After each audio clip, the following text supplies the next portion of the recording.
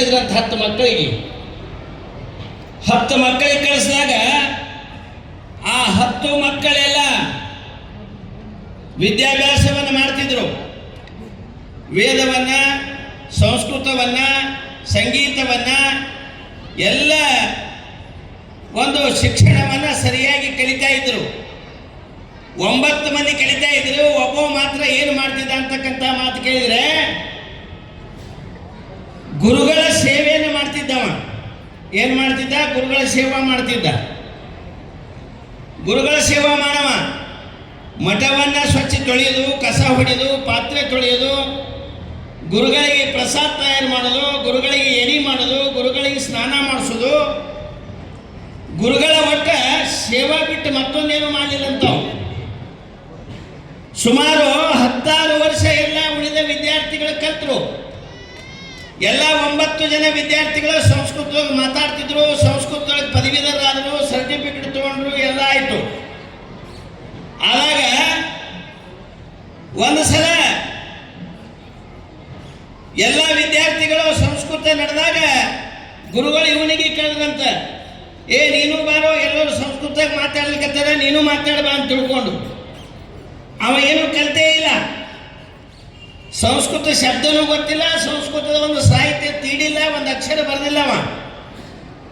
ಆಯಿತು, ಗುರುಗಳ ಆಜ್ಞೆಗೆ ತಿಳ್ಕೊಂಡು ಆ ಹುಡುಗರ ಮುಂದೆ ಸಾಲಿನಾಗ ಕುತ್ಕೊಂಡಂತ. ಹಿಂಗೆ ಹುಡುಗರ ಮುಂದೆಲ್ಲ ಸಾಲಿನಾಗ ಕುತ್ಕೊಂಡ. ಎಲ್ಲರೂ 9 ಮಂದೆಲ್ಲ ವೇದವನ್ನ, ಸಂಸ್ಕೃತವನ್ನ ಎಲ್ಲವನ್ನ ಬಡ ಬಡ ಬಡ ತಮ್ಮ ವಾಣಿಯಿಂದ ಎಲ್ಲ ಮಂತ್ರಗಳನ್ನು ಹೇಳಿದರು, ಸಂಸ್ಕೃತ ಪಾಠವನ್ನೆಲ್ಲ ಹೇಳಿದರು. ಅವಾಗ ಇವೊಂದು ಪಾಳಿ ಬಂತು. ಬಂದ ತಕ್ಷಣ ಗುರುಗಳ ಪಾದಕ್ಕೆ ಹೋಗಿ ಶಿರಬಾಗಿದಂತ. ಗುರುಗಳ ಪಾದಕ್ಕೆ ಶಿರಬಾಗಿದಾಗ ತಾವು ಆಶೀರ್ವಾದ ಮಾಡ್ರಿ, ನೀವು ಆಶೀರ್ವಾದ ಮಾಡ್ರಿ, ನನಗೆ ಏನು ಬರ್ತದೆ ಹೇಳ್ತೀನಿ ಅನ್ನಂತಾವ. ನೀವು ಆಶೀರ್ವಾದ ಮಾಡೋದು ಸಾಕು. ಅವಾಗ ಗುರುಗಳ ಪಾದದಲ್ಲಿ ಬಂದು ನಮಸ್ಕಾರ ಮಾಡಿದ. ಗುರುಗಳು ಅವನ ತಲೆ ಮ್ಯಾಗೆ ತಮ್ಮ ಕೃಪಾ ದೃಷ್ಟಿಯನ್ನಿಟ್ಟರು, ನೇತ್ರ ದೃಷ್ಟಿಯನ್ನಿಟ್ಟರು, ಹಸ್ತವನ್ನು ಸ್ಪರ್ಶ ಮಾಡಿದರು. ಏನೋ ಬಲ್ಲಾದ ವ್ಯಕ್ತಿ 10 ವರ್ಷನ ಅಧ್ಯಯನ ಮಾಡಿರ್ತಕ್ಕಂಥ ಸಂಸ್ಕೃತ ವಿದ್ಯಾರ್ಥಿಗಳಿಗಿಂತ ಒಳ್ಳೆಯ ವಾಣಿಯಿಂದ ಸರಿಯಾಗಿ ಸಂಸ್ಕೃತ ಹೇಳಿಬಿಟ್ಟಂತ, ಒಳ್ಳೆಯ ವಾಣಿಯಿಂದ. ಎಲ್ಲರೂ ನೋಡಿದವ್ರು ಗಾಬರಿ ಆದಂತ. ಏನು ಇವ ಸಾಲಿ ಹಿಂದೂ ಬರಲಿಲ್ಲ, ಮುಂದೂ ಬರಲಿಲ್ಲ, 10 ವರ್ಷ ನಾವು ಅಭ್ಯಾಸ ಮಾಡಿವಿ, ನಮಗೇನಂತ ಕೇಳಿದ್ರೆ ಹಗಲು ರಾತ್ರಿ ಕಣ್ಣು ಕಟ್ಕೊಂಡು ಓದ್ದಾಗ ನಮ್ಮ ಸಂಸ್ಕೃತ ಬಂದದ. ಇವ 10 ವರ್ಷ ಗುರುಗಳು ಬರೀ ಸೇವಾ ಮಾಡ್ಯಾನ, ಇವನು ಹೆಂಗೆ ಬತ್ತು ಅಂತಕ್ಕಂಥ ಮಾತು ಕೇಳಿದಾಗ ಅವಾಗ ಹೇಳಿದಂತ. ಏನು ಹೇಳ್ತಾನೆ? ಗುರುವಿನ ಕೃಪೆ, ಗುರುವಿನ ಕಾರುಣ್ಯ, ಗುರು ಕಟಾಕ್ಷ ಅನ್ನೋದು ಬಹಳ ದೊಡ್ಡದು. ಅದಕ್ಕಿಂತಲೂ ಜಗತ್ತಿನೊಳಗೆ ಯಾವುದು ದೊಡ್ಡದಲ್ಲ, ಆ ಪರಮಾತ್ಮ ದೊಡ್ಡವಲ್ಲ, ಗುರುವೇ ದೊಡ್ಡವ ಅಂತಕ್ಕಂಥ ಮಾತನ್ನು ಹೇಳಿದಂತ. ಪರಮಾತ್ಮ ದೊಡ್ಡವಲ್ಲ, ಗುರು ದೊಡ್ಡವ ಅಂತ ತಿಳ್ಕೊಂಡು. ಅದಕ್ಕೆ ಹೇಳ್ತದೆ ನಗರೋರಧಿಕಂ ಶಿವಶಾಸನತ, ನಗರೋರಧಿಕಂ ಶಿವಶಾಸನತ. ಅದಕ್ಕಾಗಿ ಗುರುವಿನಲ್ಲಿ ಅಪಾರವಾಗಿರ್ತಕ್ಕಂಥ ಶಕ್ತಿ ಇರ್ತದೆ. ಅವರ ಪಾದ, ಅವರ ಹಸ್ತ, ಅವರ ನೇತ್ರ, ಅವರ ವಾಣಿ, ಅವರ ವಾಕ್ ಅಂತಕ್ಕಂಥದ್ದು ಸಾಮಾನ್ಯ ಇರಂಗಿಲ್ಲ. ಪಂಚಪುರುಷ ಇರ್ತದೆ, ಪಂಚಪುರುಷ.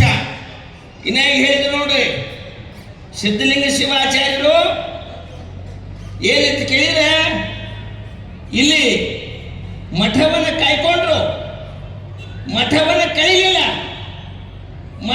ಕಳಿಲಿಲ್ಲ, ಕಾಯ್ದಿಟ್ರು ಸಿದ್ಧಲಿಂಗ ಶಿವಾಚಾರ್ಯರು. ಭಕ್ತರಿಗೆ ಹೇಳಿದ್ರಂತ, ನೋಡಪ್ಪ, ನಾನು ಇದನ್ನು ಹಂಗಂಗ ಮಾಡಿ ಕಾಯ್ದಿಟ್ಟೀನಿ, ಇದನ್ನು ಕಳೆದಿಲ್ಲ. ಆದ್ರೆ ಇದು ಮುಂದೆ 1 ದಿನದೊಳಗೆ ಇದು ಎಡೋರಷ್ಟೇ ಅಲ್ಲ, ಇಡೀ ಕರ್ನಾಟಕ ಮಹಾರಾಷ್ಟ್ರದೊಳಗೆ ಪ್ರಸಿದ್ಧಿ ಮಾಡ್ತಕ್ಕಂಥ ಮಹಾನ್ ಶಿವಾಚಾರ್ಯ ಬರ್ತಾರೆ, ಜಗದ್ಗುರುಗಳು ಬರ್ತಾರೆ, ಅವರಿಂದ ಉದ್ಧಾರ ಅಂತಕ್ಕಂಥ ಮಾತು ಹೇಳಿದ್ರು.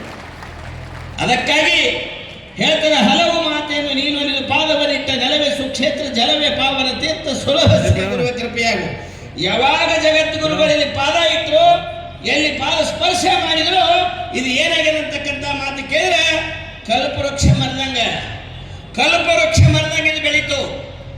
ಚಿಂತಾಮಣಿಯಲ್ಲಿ ಚಿಂತಿಸಿದನ್ನು ಕೊಡ್ತು, ಕಾಮಧೇನುವಿನಂತೆ ಎಲ್ಲ ಕಲ್ಪನೆಗಳನ್ನು ಕೊಡ್ತು. ಒಂದು ಮಾತು ಹೇಳ್ಬೇಕಂದ್ರೆ ಮನುಷ್ಯನಲ್ಲಿ ವಿಚಾರಧಾರೆಗಳು ಚಲೋ ಇರ್ಬೇಕಂತ. ಸಂಕಲ್ಪ ಸಿದ್ಧಿ ಚಲೋ ಇದ್ದು ಅಂದ್ರೆ ಇಂದಿಲ್ಲ ನಾಳೆ ಆಗ್ತವ. ಗುರುಗಳು ಬಂದಾಗ ನಾನು ಬಂದವನೇ, ಇಲ್ಲಿ ಜಗದ್ಗುರುಗಳು ಬಂದಾಗ ನಾನು ಬಂದವನೇ, ಹಳಿ ಮಠದಾಗ ಅವ್ರು ಕೂಡ ಪ್ರಸಾದ ತಗೊಂಡವನೇ. ಮೊದಲು ಏನಿತ್ತದಕ್ಕೆ ಹಳಿ ಮಠ ಇತ್ತು. ಇವತ್ತು ಏನಾಗಿದೆ ಅಂತಕ್ಕಂಥ ಮಾತು ಕೇಳಿದ್ರೆ ಇದು ಎರಡನೇ ಶ್ರೀಶೈಲ ಉಪಾಧಿಯೊಳಗೆ ಬೆಳೆದು ಬಿಟ್ಟது, ಎರಡನೇ ಶ್ರೀಶೈಲ ಉಪಾಧಿಯೊಳಗೆ. ಅದಕ್ಕೋಸ್ಕರವಾಗಿ ಅಂತ ಒಂದು ಜಗದ್ಗುರುಗಳು ಏನಂತ ಕೇಳಿದ್ರೆ ಹೆಚ್ಚು ಕಮ್ಮಿ ಹೇಳೋ ಪ್ರಶ್ನೆನೇ ಇಲ್ಲ. ಜಗದ್ಗುರುಗಳು ಹೆಂಗದಾರ, ಅವ್ರು ಏನು ಮಾಡ್ಯಾರ, ನಮ್ಮ ಎಲ್ಲರಿಗೆ ತೆರೆದಿಟ್ಟ ಕನ್ನಡಿ ಆಗಿದೆ. ತೆರೆದಿಟ್ಟ ಕನ್ನಡಿ, ಮುಚ್ಚಿದ ಕನ್ನಡಿ ಅಲ್ಲ. ನಾನೇನು ಭಾಳ ಕಲ್ತಾವಲ್ಲ, ಸುಳ್ಳು ಹೇಳಕತ್ತೀನಿ ಗೌಟಿ ಮಾತ. ಯಾಕಂತ ಕೇಳಿದ್ರೆ ಜಗದ್ಗುರುಗಳು ಮಾಡಿರ್ತಕ್ಕಂಥ ಕೆಲಸ ಹೆಂಗಂದ್ರೆ ತೆರೆದಿಟ್ಟ ಕನ್ನಡಿ ಇದ್ದಂಗೆ. ಅದಕ್ಕೆ ಹೇಳ್ತಾರೆ ಇವತ್ತಿನ ದಿವಸ ಶ್ರೀಶೈಲ ಜಗದ್ಗುರುಗಳು ಎಂಥವ್ರು ಅಂತ ಕೇಳಿ ನಾವು ಎಷ್ಟು ಹೇಳಿದ್ರು ಕಡಿಮೆನೆ. ಅವರ ಬಗ್ಗೆ ಎಷ್ಟು ನಾವು ಏನಂತ ಕೇಳಿದ್ರೆ ಹೇಳಿದ್ರು ಕಡಿಮೆನೆ. ಇಲ್ಲೆಲ್ಲ ಯಡೂರವ್ರು ಕೂತಾರೆ, ಮಲ್ಲಯ್ಯ ಸ್ವಾಮಿಗಳೆಲ್ಲ ಮನನದವ್ರಿಗೆ. ಅವ್ರು ಹೆಂಗರಂತಕ್ಕಂಥ ಮಾತು ಕೇಳಿದ್ರೆ ಎಂದಿಲ್ಲಿ ಮಠಕ್ಕೆ ಅಧಿಕಾರ ವಹಿಸ್ಕೊಂಡಾರೆ, ಶ್ರೀಶೈಲಕ್ಕೆ ಜಗದ್ಗುರುಗಳಾಗ್ಯಾರೆ. ಒಟ್ಟೆ ಅವರಿಗೆ ಏನಂತ ಕೇಳಿದ್ರೆ ವಿಶ್ರಾಂತಿ ಇಲ್ಲ, ವಿಶ್ರಾಂತಿ ಇಲ್ಲ.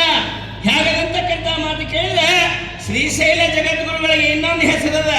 ಯಾವ ಹೆಸರ? ಪಂಚಪೀಠಗಳಲ್ಲಿ ಇವತ್ತಿನ ದಿವಸ ಕ್ರಿಯಾಶೀಲ ಜಗದ್ಗುರುಗಳು ಯಾರೇ ಇದ್ರು ಶ್ರೀಶೈಲ ಜಗದ್ಗುರು ಅಂತಕ್ಕಂಥ ಮಾತು ಹೇಳಬೇಕಾಗಿದೆ.